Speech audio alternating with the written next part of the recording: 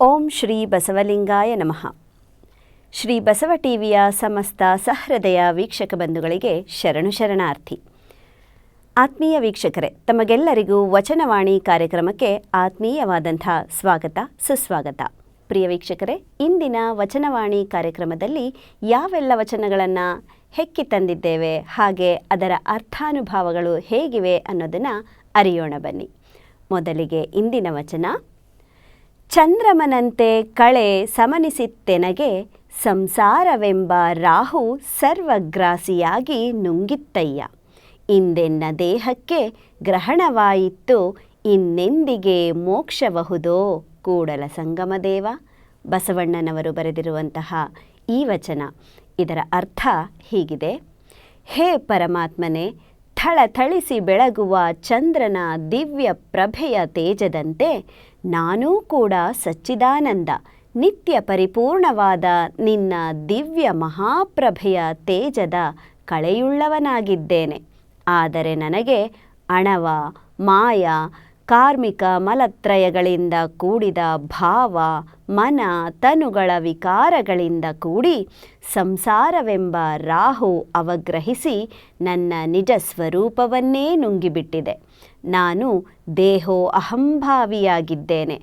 ನನಗೆ ದೇಹ ಸಂಸಾರ ಭ್ರಾಂತಿಯ ಗ್ರಹಣ ಮುಸುಕಿದೆ ಮಿಸುಕಲೀಯದಂತೆ. ಈ ದೇಹ ಭಾವ ವಿಕಾರ ವಿಷಯ ಪ್ರಪಂಚದಿಂದ ಮುಕ್ತನಾಗಿ ಸ್ವಸ್ವರೂಪದರಿವಿನ ದಿವ್ಯ ಪರಮಾತ್ಮನಲ್ಲಿರುವುದಿನ್ನೆಂದಿಗಯ್ಯ ದೇವ ಎಂಬುದೇ ಈ ವಚನದ ತತ್ವಾನುಭವವಾಗಿದೆ. ಮುಂದಿನ ವಚನ. ಹಾವಿನ ಬಾಯ ಕಪ್ಪೆ ಹಸಿದು ಹಾರುವ ನೊಣಕ್ಕೆ ಆಸೆ ಮಾಡುವಂತೆ, ಶೂಲವನೇರಿದ ಕಳ್ಳನು ಹಾಲು ತುಪ್ಪವ ಕುಡಿದು ಮೇಲೇಸು ಕಾಲ ಬದುಕುವನೋ. ಕೇಡು ಒಡಲ ನಚ್ಚಿ ಕಡು ಹುಸಿಯನೇ ಹುಸಿದು ಒಡಲ ಹೊರೆವವರ ಕೂಡಲ ಸಂಗಮದೇವನೊಲ್ಲ ಕಾಣಿರಣ್ಣ. ಬಸವಣ್ಣನವರು ಬರೆದಿರುವಂತಹ ಈ ವಚನದ ಅರ್ಥ ಹೀಗಿದೆ. ಬಿಸಿಲ ತಾಪಕ್ಕೆ ಬಳಲಿ ಹಾವಿನ ಹೆಡೆಯ ನೆರಳನ್ನಾಶ್ರಯಿಸಿದ ಹಾವಿನ ಬಾಯಲ್ಲಿ ಸಿಕ್ಕು ಕಪ್ಪೆ ತಾನು ಸಾವಿನ ಸಮೀಪದಲ್ಲಿರುವೆನೆಂಬುದನ್ನರಿಯದೆ ಹಸಿದು ತನ್ನ ಮುಂದೆ ಹರಿದಾಡುವ ನೊಣವ ತಿನ್ನಲು ಆಸೆ ಮಾಡುವಂತೆ, ಕಳವು ಮಾಡಿದ ಅಪರಾಧಕ್ಕಾಗಿ ರಾಜಾಜ್ಞೆಯಂತೆ ಮರಣದಂಡನೆಯಾಗಿ ಶೂಲದ ಮೇಲೇರಿದ ಕಳ್ಳನು ತಾನು ಮೃತ್ಯುವಿನ ಮನೆಯಲ್ಲಿದ್ದೇನೆ, ಬಿಡುಗಡೆಯಾಗುವುದೆಂತು ಎಂಬುದನ್ನರಿಯದೆ ಹಾಲು ತುಪ್ಪವ ಸವಿದು ಇನ್ನೂ ಬದುಕುವಾಸೆಯನ್ನಿರಿಸಿಕೊಂಡಿರುವುದು ಅವಿವೇಕತನ. ಅದರಂತೆ ಮರವೆಯ ಮಬ್ಬಿನಲ್ಲಿರುವ ಮಾನವರು ನಶ್ವರ ಶರೀರವೇ ನಾನು, ಇದು ಶಾಶ್ವತವಾಗಿದೆ ಎಂದು ನಂಬಿ ಸುಳ್ಳು, ಮೋಸ, ವಂಚನೆ ಮುಂತಾದ ದುರ್ಗುಣ ದುರಾಚಾರಗಳಿಂದ ದೇಹ ಸಂಬಂಧಿಯಾದ ವಿಷಯ ಭೋಗವನುಂಬವರಿಗೆ ಪರಮಾತ್ಮನು ದೇವನು ತನ್ನಲ್ಲಿ ಸಮರಸಗೊಳಿಸಿಕೊಳ್ಳನೆಂಬುದೇ ಈ ವಚನದ ತತ್ವಾನುಭವವಾಗಿದೆ. ಮುಂದಿನ ವಚನ. ಶೂಲದ ಮೇಲಣ ವಿಭೋಗವೇನಾದೊಡೆಯನು, ನಾನಾ ವರ್ಣದ ಸಂಸಾರ ಹಾವು ಹಾವಾಡಿಗನ ಸ್ನೇಹದಂತೆ. ತನ್ನಾತ್ಮ ತನಗೆ ಹಗೆಯಾದ ಬಳಿಕ ಭಿನ್ನಾಣ ಉಂಟೆ ಮಹಾದಾನಿ ಕೂಡಲ ಸಂಗಮದೇವ. ಬಸವಣ್ಣನವರು ಬರೆದಿರುವಂತಹ ಈ ವಚನದ ಅರ್ಥ ಹೀಗಿದೆ. ಕಳವು, ಹಾದರ, ಕೊಲೆ ಮುಂತಾದ ಅಪರಾಧಗೈದ ಅಪರಾಧಿಗೆ ರಾಜಾಜ್ಞೆಯಂತೆ ಮರಣದಂಡನೆಯಾಗಿ ಶೂಲಕ್ಕೇರಿಸುತ್ತಾರೆ. ಶೂಲದ ಮೇಲೆ ಸಾವಿನ ಸಂಜೆಯಲ್ಲಿರುವ ಅವನಿಗೆ ಕೊನೆಗಳಿಗೆಯಲ್ಲಿ ವಿಷಯ ಸುಖವನ್ನು ಭೋಗಿಸೆಂದು ಎಂತಹ ಭೋಗ ವಿಭೋಗ ವಿಲಾಸವನ್ನಿತ್ತರೇನು? ಅದು ಅವನಿಗೆ ಶಾಶ್ವತ ಸುಖ ಶಾಂತಿಯನ್ನೀಯುವುದೇ? ಅದರಂತೆಯೇ ವಿಷಯ ಭೋಗ ವಿಲಾಸವನ್ನೀವ ಶೃಂಗಾರ ವೈಭವದಿಂದ ಕೂಡಿದ ಹಲವು ಪರಿಯ ವರ್ಣರಂಜಿತವಾದ ಸಂಸಾರ ಸುಖವು ನಿತ್ಯ ಸುಖವನ್ನೀಯದು. ಹಾವು ತನ್ನನ್ನು ಬಂಧಿಸಿ ತನ್ನ ಸ್ವಾರ್ಥ ಸಾಧಿಸಿಕೊಳ್ಳುವ ಹಾವಾಡಿಗನನ್ನು ಕಡಿದು ವಿಷಬೀರಿ ಸಾಯಿಸಿ ತಾನು ತನ್ನ ಸ್ಥಳಕ್ಕೆ ಸ್ವತಂತ್ರವಾಗಿ ಹೋಗಬೇಕೆಂದು ಹೊಂಚು ಹಾಕುವ ಹಾವಿನ ಸ್ನೇಹ ಮತ್ತು ತನ್ನ ಬಾಳಿನುದ್ದಕ್ಕೂ ಈ ಹಾವನ್ನು ಬಿಡದೆ ತನ್ನ ಬದುಕಿಗೆ ಆಧಾರವಾಗಿ ಬಂಧಿಸಿಟ್ಟಿಕೊಳ್ಳಬೇಕೆಂಬ ಹಾವಾಡಿಗನ ಕೃತಕವಾದ ಪ್ರೀತಿಯ ನಟನೆಯಂತೆ ಸಂಸಾರವೆಂಬ ಸರ್ಪ ಮತ್ತು ಇಂದ್ರಿಯ ಭೋಗ ವಿಲಾಸಿ ಜೀವಾತ್ಮರ ಸ್ನೇಹ ಸಂಬಂಧವಾಗಿದೆ. ಪ್ರಾಮಾಣಿಕ ಪ್ರೀತಿ ಪ್ರೇಮವಿರದೆ ತದ್ವಿರುದ್ಧ ಸ್ನೇಹವಾಗಿದೆ. ಈ ಸಂಬಂಧವಾದ ಸಂಸಾರ ಸ್ನೇಹದಲ್ಲಿ ಸಿಕ್ಕಿರುವ ಶಿವಾಂಶಿಕನಾದ ಜೀವಾತ್ಮನಿಗೆ ಪರಮಾತ್ಮನೆಂಬ ಮೂಲ ಚೇತನವೇ ಶಿಕ್ಷಿಸಲು ಹಗೆಯಾದ ಬಳಿಕ ಜೀವಾತ್ಮನ ವಿಷಯ ಸಂಸಾರ ಭೋಗ ವಿಲಾಸವಿನ್ನೆಲ್ಲಿರುತ್ತದೆ? ಅದು ಕ್ಷಣಿಕವಾದುದು, ನಶ್ವರವಾದುದು, ದುಃಖದಿಂದ ಕೂಡಿದಾಗಿದೆ ಎಂಬುದೇ ಈ ವಚನದ ತತ್ವಾನುಭವವಾಗಿದೆ. ಮುಂದಿನ ವಚನ. ಬಟ್ಟೆಗೊಂಡು ಹೋಗುತ್ತಿಪ್ಪ ಮನುಜನೊಬ್ಬ, ಹುಲಿ ಕಾಡುಗಿಚ್ಚು ರಕ್ಕಸಿ ಕಾಡಾನೆಗಳು ನಾಲ್ದೆಸೆಯಲ್ಪಟ್ಟುತ್ತಾ, ಬರೆ ಕಂಡು ಭರದಿಂದ ಹೋಗದೆಸೆಯಿಲ್ಲದೆ ಬಾವಿಯ ಕಂಡು ತಲೆಯ ನೂರಿ ಬೀಳುವಲ್ಲಿ, ಹಾವ ಕಂಡು ಇಲಿ ಕಡಿದ ಬಳ್ಳಿಯ ಹಿಡಿದು ನಿಲೆ, ಜೇನ ಹುಳುಗಳು ಮೈಯ ನೂರುವಾಗ ಮೂಗಿನ ತುದಿಯಲ್ಲಿ ಒಂದು ಹನಿ ಮಧು ಬಂದು ಬೀಳೆ, ಆ ಮಧುವ ಕಂಡು ಹಿರಿದಪ್ಪ ದುಃಖವನ್ನೆಲ್ಲ ಸೈರಿಸಿ ನಾಲಿಗೆಯ ತುದಿಯಲ್ಲಿ ಆ ಮಧುವ ಸೇವಿಸುವಂತೆ ಈ ಸಂಸಾರ ಸುಖ. ವಿಚಾರಿಸಿ ನೋಡಿದಡೆ ದುಃಖದಾಗರ. ಇದನರಿದು ಸಕಲ ವಿಷಯಗಳಲ್ಲಿ ಸುಖ ಎಂತುಂಟೆಂದು ನಿರ್ವಿಷಯವಾಗಿ ನಿಂದ ನಿಲುವು ಚಿಮ್ಮಲಿಗೆಯ ಚೆನ್ನರಾಮ. ಚಂದಿಮರಸ ಎಂಬ ವಚನಕಾರರು ಬರೆದಿರುವಂತಹ ಈ ವಚನದ ಅರ್ಥ ಹೀಗಿದೆ. ಮಾರ್ಗ ಹಿಡಿದು ಪ್ರಯಾಣ ಮಾಡುತ್ತಿದ್ದ ಒಬ್ಬ ಮನುಷ್ಯನು ದಾರಿಯಲ್ಲಿ ಒಂದು ಕಡೆಯಿಂದ ಬಾಯ್ದೆರೆದು ಬರುತ್ತಿರುವ ಹುಲಿ, ಇನ್ನೊಂದು ಕಡೆಯಿಂದ ಅಡವಿಯನ್ನು ಸುಡುತ್ತಾ ಬರುತ್ತಿರುವ ಉರಿವ ಬೆಂಕಿ, ಮತ್ತೊಂದು ಕಡೆಯಿಂದ ತನ್ನನ್ನು ನುಂಗಲು ಬಾಯಿ ತೆರೆದು ಧಾವಿಸುತ್ತಿರುವ ಭಯಂಕರ ರಕ್ಕಸಿ, ಮಗದೊಂದು ಕಡೆಯಿಂದ ತುಳಿಯಲು ಧಾವಿಸುತ್ತಾ ಬರುತ್ತಿರುವ ಸೊಕ್ಕಿದ ಕಾಡಾನೆಗಳನ್ನು ಕಂಡು ಭಯಭೀತನಾದನು. ನಾಲ್ಕು ದಿಕ್ಕುಗಳಿಂದ ಮುತ್ತಿಗೆಗೊಳಗಾದ ಆತನಿಗೆ ಪಾರಾಗಿ ಹೋಗಲು ದಾರಿ ಇಲ್ಲದೆ ಪಕ್ಕದಲ್ಲೊಂದು ಬಾವಿಯನ್ನು ಕಂಡು ಅದರಲ್ಲಡಗಲು ಹೋದರೂ ಆ ಬಾವಿಯಲ್ಲಿಯೂ ಘಟಸರ್ಪ ಬುಸುಗುಡುತ್ತಲಿದೆ. ಪಾರಾಗಲು ಮರದಲ್ಲಿ ಹರಿದ ಕಡಿದ ಬಳ್ಳಿಯನ್ನು ಹಿಡಿದು ಜೋತು ಬಿದ್ದನು. ಆ ಬಳ್ಳಿಯಲ್ಲಿದ್ದ ಜೇನು ಹುಳುಗಳು ಮೈಯೆಲ್ಲ ಮುತ್ತಿ ಕಡಿಯತೊಡಗಿದವು. ಆ ವೇಳೆಯಲ್ಲಿ ಜೇನುತುಪ್ಪದ ಒಂದು ಹನಿ ಮೂಗಿನ ತುದಿಯಲ್ಲಿ ಬಿದ್ದು ನಾಲಿಗೆಯ ಮೇಲಿಳಿಯಿತು. ಅದರ ಸವಿಯಲ್ಲಿ ಮೈಮರೆತು ಹಿರಿದಾದ ಭಯಂಕರ ದುಃಖವನ್ನೆಲ್ಲ ಸೈರಿಸಿಕೊಂಡು ಸೇವಿಸಿದಂತೆ ಈ ದೇಹ ಕರಣೇಂದ್ರಿಯಗಳ ವಿಷಯ ಭೋಗ ಸಂಸಾರವಾಗಿದೆ. ಪರಮಾತ್ಮನ ಸುಖದೆದುರು ಸಂಸಾರ ಸುಖವನ್ನಿಟ್ಟು ವಿವೇಚಿಸಿ ನೋಡಿದಾಗ ಇದು ಶೋಕಸಾಗರವೇ ಆಗಿದೆ. ಶರಣರ ಸಂಗದಿಂದ ಮತ್ತು ಶ್ವಾತ್ಮಜ್ಞಾನದಿಂದ ಈ ಸಂಸಾರ ಸುಖದಿರುವು ದುಃಖದಾಯಕವೆಂದರಿದು ಶಬ್ದಾದಿ ಸಕಲ ವಿಷಯ ಭೋಗ ಸುಖದಲ್ಲಿ ಸುಖವಿಲ್ಲದೆಂದರಿದು ನಿರ್ವಿಷಯನಾಗಿ ಸ್ವಸ್ವರೂಪದರಿವಿನ ನಿಲುವಿನಲ್ಲಿ ನಿಂತರೆ ಆ ನಿಲುವು ಸ್ವಯಂ ಪರಮಾತ್ಮನ ನಿಲುವು ಎಂಬುದೇ ಈ ವಚನದ ತತ್ವಾನುಭವವಾಗಿದೆ. ಎಂತಹ ಸೊಗಸಾದ ಅರ್ಥವನ್ನು ಕಟ್ಟಿಕೊಟ್ಟಿದ್ದಾರೆ. ಈ ಸಂಸಾರದ ಜಂಜಾಟ ಅಂದರೆ ಈ ಒಂದು ವಚನವನ್ನು ನೋಡಿದ್ರೆ ಸಾಕು ಸಂಸಾರ ಅಂದರೆ ಏನು ಅನ್ನೋದು ನಮಗೆ ಅರ್ಥ ಆಗುತ್ತೆ. ಬನ್ನಿ ಮುಂದಿನ ವಚನ ಯಾವುದು ಅಂತ ನೋಡೋಣ. ಸಾಸಿವೆಯಷ್ಟು ಸುಖಕ್ಕೆ ಸಾಗರದಷ್ಟು ದುಃಖ ನೋಡ, ಘಳಿಗೆಯ ಬೇಟವ ಮಾಡಿಹೆನೆಂಬ ಪರಿಯ ನೋಡ, ತನ್ನನಿಕ್ಕಿ ನಿಧಾನವ ಸಾಧಿಸಿಹೆನೆಂದಡೆ ಭಿನ್ನಾಣ ತಪ್ಪಿತ್ತು ಗುಹೇಶ್ವರ. ಅಲ್ಲಮ ಪ್ರಭು ದೇವರು ಬರೆದಿರುವಂತಹ ಈ ವಚನದ ಅರ್ಥ ಹೀಗಿದೆ. ದೇಹೇಂದ್ರಿಯ ವಿಷಯ ಭೋಗವೆಂಬ ಸಂಸಾರದಲ್ಲಿ ಸಾಸಿವೆಯ ಕಾಳಿನಷ್ಟು ಸುಖ ಪಡೆಯಲು ಸಾಗರದಷ್ಟು ದುಃಖ ಸೈರಿಸಿಕೊಳ್ಳಬೇಕಾಗುತ್ತದೆ. ನೋಡಿ, ಒಂದು ಘಳಿಗೆ ಇಂದ್ರಿಯ ಸುಖಾಪೇಕ್ಷೆಯ ಅನುರಾಗವನ್ನುಣ್ಣಲು ಮಾಡುವ ಪ್ರಯತ್ನದ ಪರಿಯು ವಿಪರೀತವಾಗಿದೆ ನೋಡಿ.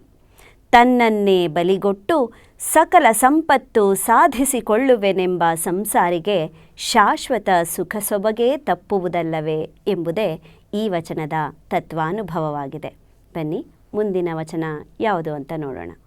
ತನುವೆಂಬುದೊಂದು ಹುತ್ತಕ್ಕೆ 9 ಬಾಗಿಲು, ತಾಮಸವೆಂಬ ಸರ್ಪಕ್ಕೆ ತಲೆ 14, ಒಡಲಾರು ಬಾಲವ ಬ್ರಹ್ಮಲೋಕಕ್ಕೆ ಇಟ್ಟು ಶಿರವ ಹರಿದ್ವಾರದಲ್ಲಿರಿಸಿ ಕರಣೇಂದ್ರಿಯಗಳೆಂಬ ಕಾಳಕೂಟ ವಿಷವನ್ನೇ ಉಗುಳುತ್ತಿದೆ ನೋಡ. ಆ ವಿಷವು ಶಿವಶರಣರಲ್ಲದವರನ್ನೆಲ್ಲರ ಸುಡುವುದ ಕಂಡೆನೋ ಕಾಣ. ಮಹಾಲಿಂಗ ಗುರು ಶಿವಸಿದ್ದೇಶ್ವರ ಪ್ರಭುವೇ. ಸಿದ್ಧಲಿಂಗೇಶ್ವರರು ಬರೆದಿರುವಂತಹ ಈ ವಚನದ ಅರ್ಥ ಹೀಗಿದೆ. ದೇಹವೆಂಬುದೊಂದು ಹುತ್ತಕ್ಕೆ ನವನಾಳಗಳೆಂಬ ನವದ್ವಾರಗಳುಂಟು. ಅಲ್ಲಿರುವ ಮರವೆಯ ಮಬ್ಬು ಮುಸುಕಿದ ಮನೋಕುಂಡಲಿ ಎಂಬ ಸರ್ಪಕ್ಕೆ ಪಂಚಜ್ಞಾನೇಂದ್ರಿಯಗಳು, ಪಂಚಕರ್ಮೇಂದ್ರಿಯಗಳು ಮತ್ತು 4 ಅಂತಃಕರಣಗಳೆಂಬ 14 ತಲೆಗಳುಂಟು. ಕಾಮಾದಿ ಅರಿಷಡ್ವರ್ಗಗಳೆಂಬ 6 ವಿಷಯ ರಸ ತುಂಬಿದ ಗರ್ಭಗಳುಂಟು. ಅಂತಹ ಮನೋಕುಂಡಲಿನಿ ಸರ್ಪವು ತನ್ನ ಮರವೆಯ ಬಾಲವನ್ನು ಬ್ರಹ್ಮರಂಧ್ರದ ಶಿವದ್ವಾರದಲ್ಲಿಟ್ಟು ಅರಿವ ಶಿರವನ್ನು ಅಧೋಮುಖಗೊಳಿಸಿ ಹರಿವ ಕಾಮ ವಿಕಾರದಲ್ಲಿರಿಸಿದೆ. ಕರಣೇಂದ್ರಿಯ ವಿಕಾರವೆಂಬ ಕಾಳಕೂಟ ವಿಷಯವನ್ನು ಭೋಗ ಬಯಕೆಯತ್ತ ಚೆಲ್ಲುತ್ತಿದೆ. ಆ ವಿಷಯ ವಿಕಾರವೆಂಬ ವಿಷವು ಲಿಂಗೇಂದ್ರಿಯಗಳಾದ ಶರಣರನ್ನುಳಿದು ಅಂಗೇಂದ್ರಿಯ ವಿಷಯ ಭೋಗ ಸಂಸಾರಿಗಳನ್ನೆಲ್ಲ ತಾಪತ್ರಯಾಗ್ನಿಯಲ್ಲಿ ಸುಡುತ್ತಲಿದೆ. ಅದ ನಾನು ಪಿಂಡಜ್ಞಾನ ದೃಷ್ಟಿಯಿಂದ ಕಂಡೆನೆಂಬುದೇ ಈ ವಚನದ ತತ್ವಾನುಭವವಾಗಿದೆ. ಬನ್ನಿ ಮುಂದಿನ ವಚನ ಯಾವುದು ಅಂತ ನೋಡ್ಕೊಂಡು ಬರೋಣ.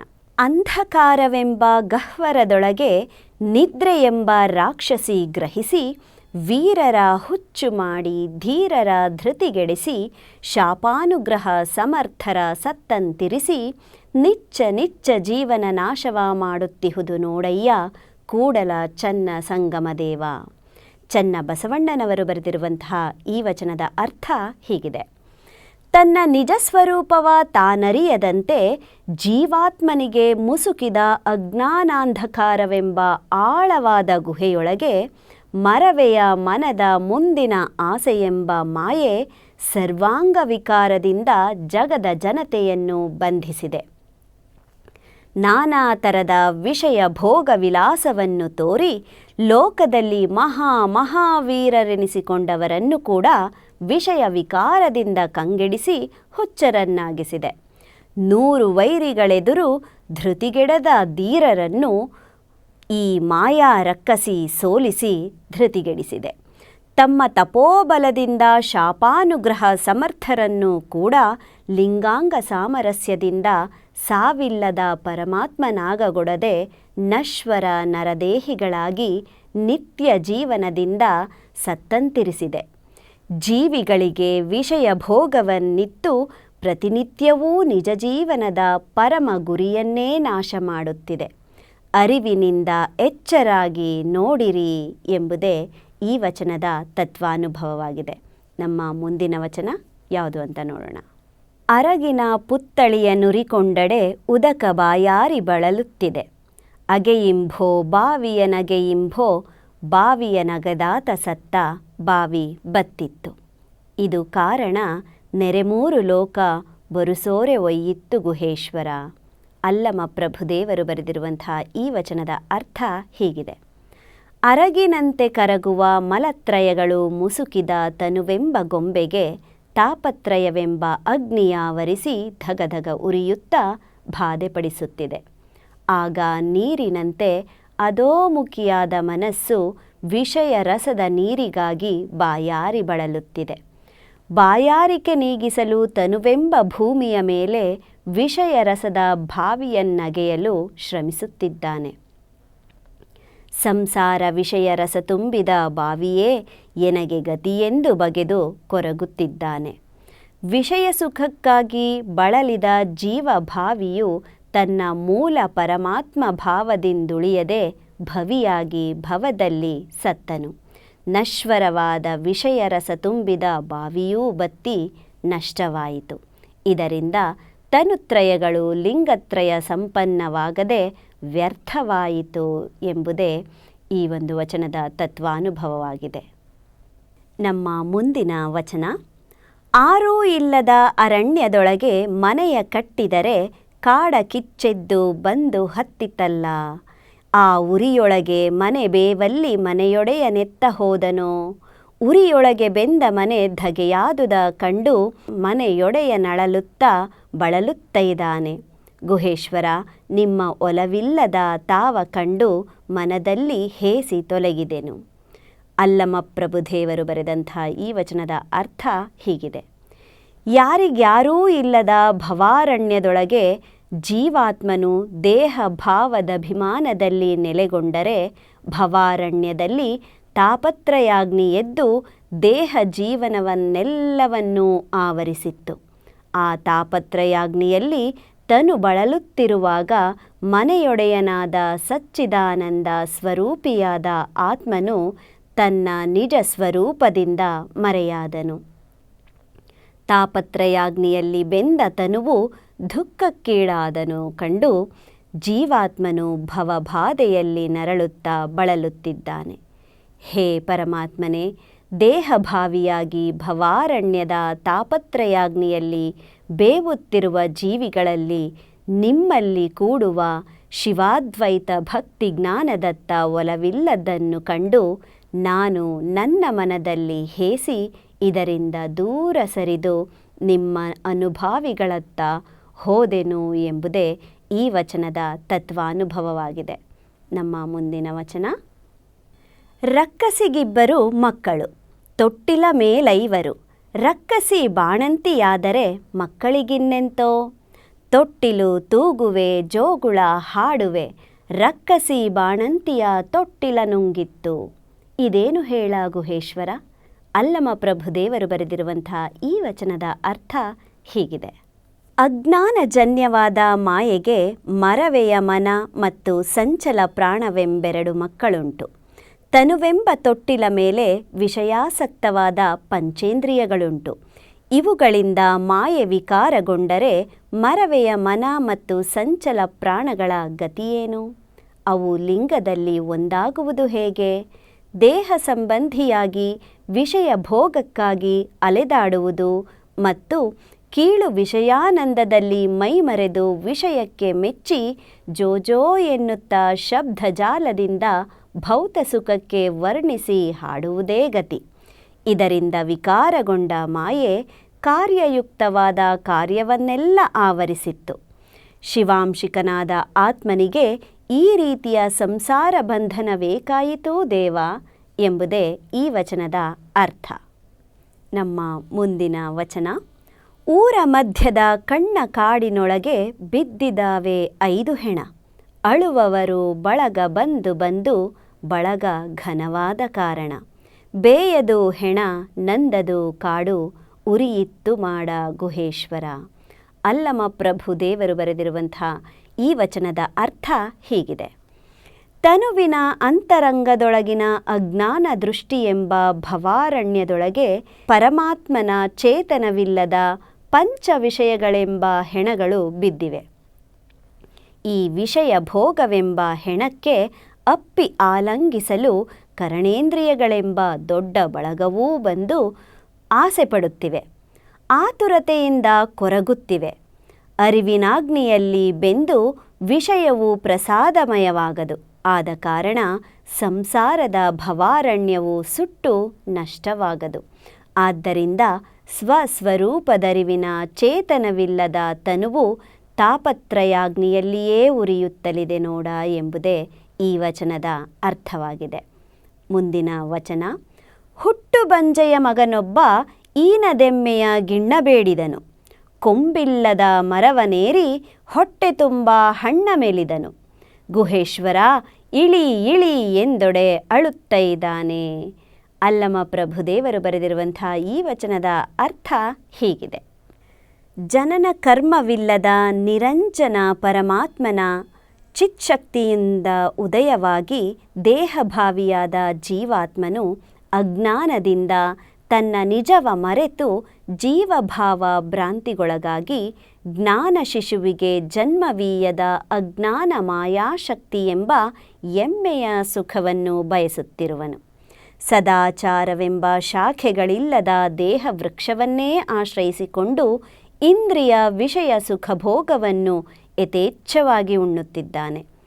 ಸುಜ್ಞಾನಿ ಸತ್ಯಶರಣರು ಬಂದು ಇಂದ್ರಿಯ ವಿಷಯ ಭೋಗದ ನಶ್ವರತೆ ಹೇಯತೆಯನ್ನು ತಿಳಿಸಿ ಶಾಶ್ವತವಾದ ಪರಮಾತ್ಮನ ಸುಖವನ್ನುಣ್ಣಲು ದೇಹ ಭಾವದ ಮರದಿಂದ ಇಳಿ ಎಂದು ಸುಜ್ಞಾನವನ್ನುಪದೇಶಿಸಿದರೆ ದೇಹ ಸಂಸಾರ ಸುಖವನ್ನು ಬಿಟ್ಟು ಬರಲಾರದೆ ಮರುಗುತ್ತಾ ನರಳುತ್ತಿದ್ದಾನೆ ಎಂಬುದೇ ಈ ವಚನದ ಅರ್ಥವಾಗಿದೆ. ಮಂಜಿನ ಮನೆಯಲ್ಲಿ ಸಂದೇಹದ ಸತಿ ಬಂದವರ ಕೊಂದು ತಿನ್ನುತ್ತಿದ್ದಾಳೆ. ಅವಳಿಗೆ ಗಂಡನಾಗಲಮ್ಮರು ಏಣಾಂಕಧರ ಸೋಮೇಶ್ವರ ಲಿಂಗವನಲ್ಲದೆ.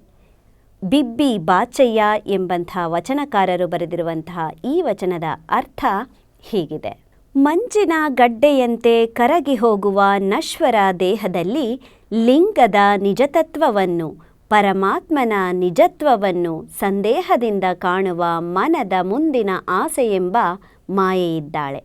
ಆಕೆ ಜೀವನದಲ್ಲಿ ಪರಮಾತ್ಮನ ಜೀವನವನ್ನು ಬಾಳುವ ಉನ್ನತ ಗುರಿ ಹೊತ್ತು ಬಂದ ಮಾನವರ ಲಿಂಗಾಂಗದ ಬಾಳನ್ನೇ ಕೊಂದು ನಾಶಪಡಿಸಿ ತಾನು ವಿಷಯ ಭೋಗವನ್ನುಣ್ಣುತ್ತಿದ್ದಾಳೆ. ಆ ಮನದ ಮಾಯೆಯನ್ನು ಆಳುವ ವೀರರು, ಗಂಡಸರು ಈ ವಿಷಯ ಸಂಸಾರಿಗಳಲ್ಲಿ ಯಾರೂ ಆಗಲಾರರು. ಆಕೆಗೆ ಆಳುವ ಗಂಡ ಪರಮಾತ್ಮನೊಬ್ಬನೇ ಆಗಿದ್ದಾನೆ ಎಂಬುದೇ ಈ ವಚನದ ಅರ್ಥವಾಗಿದೆ. ಬನ್ನಿ ಮುಂದಿನ ವಚನ ಯಾವುದು ಅಂತ ನೋಡೋಣ. ಕಾಲನೆಂಬ ಜಾಲಗಾರನು ಕರ್ಮವೆಂಬ ಬಲೆಯ ಬೀಸಿ ಸಂಸಾರ ಶರಧಿಯಲ್ಲಿ ಸಕಲ ಪ್ರಾಣಿಗಳೆಂಬ ಮೀನುಗಳ ಹಿಡಿದು ಕೊಲ್ಲುತ್ತಿದ್ದಾನೆ. ಕಾಮನೆಂಬ ಬೇಟೆಗಾರನು ಕಂಗಳ ತೋಹಿನಲ್ಲಿ ನಿಂದು ಕಳವಳದ ಬಾಣವನೆಸೆದು ಭವವೆಂಬ ಬಲೆಯಲ್ಲಿ ಸಕಲ ಪ್ರಾಣಿಗಳ ಕೆಡಹಿಕೊಂಡು ಕೊಲ್ಲುತ್ತಿದ್ದಾನೆ. ಮಾಯೆಯೆಂಬ ರಕ್ಕಸಿ ಸಕಲ ಪ್ರಾಣಿಗಳ ಸಾರವ ಹೀರಿ ಹಿಪ್ಪೆಯ ಮಾಡಿ ಉಫ್ಫೆಂದು ಓದುತ್ತಿದ್ದಾಳೆ. ಇಂತಿ ತ್ರಿವಿಧ ಮುಖದಲ್ಲಿ ಕಾಡುವ ನಿಮ್ಮ ಮಾಯೆಯ ಗೆಲುವೆಡೆ ಆರಳವಲ್ಲವಯ್ಯ ಆಖಂಡೇಶ್ವರ ನೀವು ಕರುಣಿಸದನ್ನಕ್ಕ. ಷಣ್ಮುಖ ಶಿವಯೋಗಿಗಳು ಬರೆದಿರುವಂಥ ಈ ವಚನದ ಅರ್ಥ ಹೀಗಿದೆ. ದೇಹಭಾವಿಯಾಗಿ ಇಂದ್ರಿಯ ವಿಷಯ ಭೋಗಕ್ಕಾಗಿ ಮಾಡಬಾರದ ದುರಾಚಾರಗಳನ್ನು ಮಾಡುವ ಅನಿವಾರ್ಯ ಪ್ರಸಂಗವೇ ಕಾಲ ಅಥವಾ ಮೃತ್ಯು. ಈ ಕಾಲನೆಂಬ ಜಾಲಗಾರನು ವಿಷಯ ಭೋಗ ಸುಖ ಪ್ರಾಪ್ತಿಗಾಗಿ ದುರಾಚಾರ ದುಷ್ಕರ್ಮವೆಂಬ ಬಲೆಯನ್ನು ಸಂಸಾರ ಶರಧಿಯಲ್ಲಿ ಬೀಸಿ ಸಕಲ ಜೀವಿಗಳೆಂಬ ಮೀನುಗಳನ್ನು ಹಿಡಿದು ಅಮರವಾದ ಲಿಂಗಾಂಗದ ಬಾಳು ಬದುಕದಂತೆ ಕೊಲ್ಲುತ್ತಿದ್ದಾನೆ. ಅಂಗನೆಯರ ಅಂಗಸಂಗ ಸುಖಕ್ಕಾಗಿ ಅಪೇಕ್ಷಿಸುವ ಕಾಮನೆಂಬ ಬೇಟೆಗಾರನು ಕಣ್ಣುಗಳೆಂಬ ಮರವ ತೋಪಿನಲ್ಲಿ ಮರೆಯಾಗಿ ನಿಂತು ತರುಣಿಯರ ಸೌಂದರ್ಯವನ್ನು ಕಂಡು ತನಗೆ ದೊರಕದ್ದರಿಂದ ಮನದಿಂದ ಕಳವಳದ ಬಾಣಗಳನ್ನು ಬಿಡುತ್ತಲಿದ್ದಾನೆ. ಈ ರೀತಿ ಕಳವಳದಲ್ಲಿ ಕಂಗೆಡಿಸಿ ಸಕಲ ಜೀವಿಗಳನ್ನೂ ಭವದ ಬಲೆಯಲ್ಲಿ ಬಂಧಿಸಿ ಕೆಡಹಿಕೊಂಡು ಅಧಪ್ಪತನಕ್ಕಿಳಿಸಿ ನಿತ್ಯ ಸತ್ಯನಾದ ಪರಮಾತ್ಮನ ಬದುಕುವ ಪರಮಾತ್ಮನ ಬಾಳನ್ನೇ ನಷ್ಟಗೊಳಿಸುತ್ತಿದ್ದಾನೆ. ಈ ಪ್ರಪಂಚಿನ ಘೋರಾರಣ್ಯದಲ್ಲಿ ಮಾಯೆಯೆಂಬ ರಕ್ಕಸಿ ಇದ್ದಾಳೆ. ಆಕೆ ಆಸೆ ಮುಂದುಗೊಂಡು ನಿತ್ಯ ಸತ್ಯವಲ್ಲದ ಸಂಸಾರವನ್ನು ನಿತ್ಯ ಸತ್ಯವೆಂದು ತೋರಿ ಸಕಲ ಜೀವಿಗಳ ಅಂತರಂಗದಲ್ಲಿ ಅವ್ಯಕ್ತವಾಗಿ ಅಡಗಿದ ತನ್ನ ತಾನರಿವ ಅರಿವಿನ ಸಾರವನ್ನೆಲ್ಲ ಹೀರಿ ಹಿಪ್ಪೆ ಮಾಡಿ ಅರಿವು ಆಚಾರಗಳಲ್ಲೇನೂ ಘನವಾದುದಿಲ್ಲವೆಂಬಂತೆ ಮನದಟ್ಟು ಮಾಡಿ ಭವಕಮರಿಯಲ್ಲಿ ನೂಕುತ್ತಿದ್ದಾಳೆ. ಈ ರೀತಿ ಕಾಲ ಕಾಮ ಮಾಯೆಗಳೆಂಬ ಮೂರು ಬಗೆಯಲ್ಲಿ ಮಾನವರನ್ನು ಕಾಡುವ ಮಾಯೆಯನ್ನು ಗೆದ್ದು ಪರಮಾತ್ಮನಲ್ಲಿ ಒಂದಾಗುವುದು ಈ ವಿಷಯ ಪ್ರಪಂಚಿನ ದಾಸರಾದ ಯಾರಿಗೂ ಸಾಧ್ಯವಿಲ್ಲ.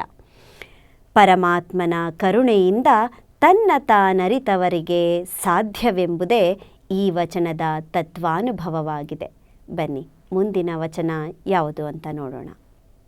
ಪ್ರಿಯ ವೀಕ್ಷಕರೇ, ಇಂದಿನ ವಚನವಾಣಿಯಲ್ಲಿ ಕೇಳರಿತ ವಚನಗಳ ಸಂಗ್ರಹ ಹಾಗೂ ಅವುಗಳನ್ನು ಅರ್ಥೈಸಿರುವವರು ವಚನ ತತ್ವಾನುಭವ ಎಂಬ ಕೃತಿಯ ಲೇಖಕರಾದಂಥ ಶ್ರೀ ಸಿದ್ಧರಾಮೇಶ್ವರ ಶರಣರು ಬೆಲ್ದಾಳ. ಇವರ ಮತ್ತಷ್ಟು ವಚನಗಳೊಂದಿಗೆ ಮುಂದಿನ ಸಂಚಿಕೆಯಲ್ಲಿ ಭೇಟಿಯಾಗೋಣ. ನಿರಂತರವಾಗಿ ನೋಡ್ತಾ ಇರಿ ಶ್ರೀ ಬಸವ ಟಿವಿ. ಇದು ಸಂಸ್ಕಾರದ ಬೆಳಕು. ಶರಣು ಶರಣಾರ್ಥಿ.